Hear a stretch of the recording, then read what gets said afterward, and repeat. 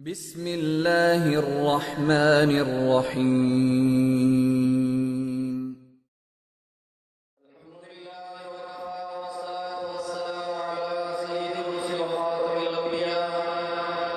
أما بعد فأعوذ بالله من الشيطان الرجيم بسم الله الرحمن الرحيم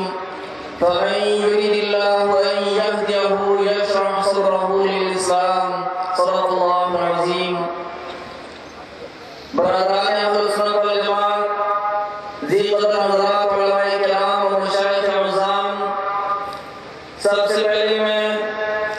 وفاق المدارس العربیہ پاکستان کے جملہ قائدین کو اس عظیم الشان اجتماع کے انعقاد پر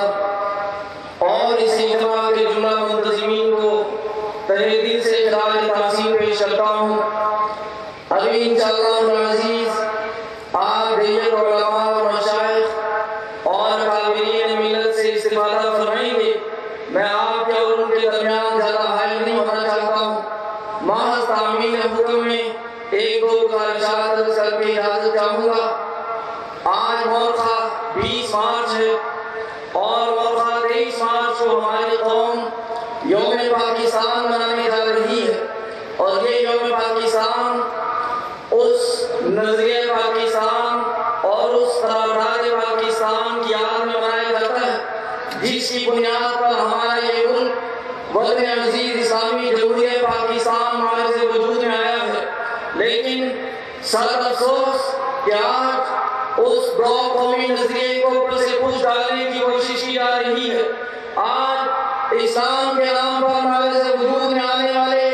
اس اسلامی جمہوریہ پاکستان کو عوامی جمہوریہ پاکستان بنانے کی کوشش کی جا رہی ہے، اور اس ناپاک جسارت میں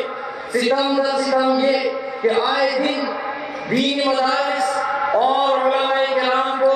نہ صرف یہ کہ دہشت گردی کا نشانہ بنایا جا رہا ہے، بلکہ ان کو انتہائی گمراہ کن پر پگھلنے کے ذریعے، بے بنیاد اور جھوٹے پر پگھلنے کے ذریعے بدنام کرنے کی کوشش کی جا رہی ہے۔ مجھے افسوس کے ساتھ یہ بات کہنا پڑتی ہے، ایک طرف ہم یہ دیکھتے ہیں کہ کبھی جامعہ افسر العلوم کراچی میں دینی مدارس کے طلباء کی لاشیں اٹھائی جا رہی ہیں، کبھی جامعہ فاروقیہ سے اٹھائی جا رہی ہیں، کبھی بنوری ٹاؤن سے اٹھائی جا رہی ہیں، کبھی جامعہ فریدیہ اور جامعہ حفصہ بربریت کا نشانہ بنتے ہیں، کبھی تعلیم قرآن سے دینی مدارس کے طلباء کی لاشیں نکلتی ہیں۔ اس کے باوجود دہشت گرد اور تخریب کار علماء کو اور مدارس کو قرار دیا جاتا ہے۔ یہ دوگلا پن، یہ ظلم و ناانصافی کب تک ہم برداشت کریں گے؟ ہم اپنے حکمرانوں سے انتہائی پرامن طریقے سے التماس کرتے ہیں، یہ اپیل کرتے ہیں کہ ہمارے ساتھ اس ظلم و ستم اور اس ناانصافی کا رویہ یہ بند کیا جائے، ہمارے ساتھ منصفانہ رویہ اختیار کیا جائے، اور مدارس سے متعلق جو بھی معاملات ہیں ہماری قیادت آپ کے سامنے موجود ہے، آپ ہمارے اکابرین کے ساتھ رابطہ کریں، ان کے ساتھ مل بیٹھ کر ان تمام معاملات کو حل کرنے کی کوشش کریں۔ اس کے علاوہ کوئی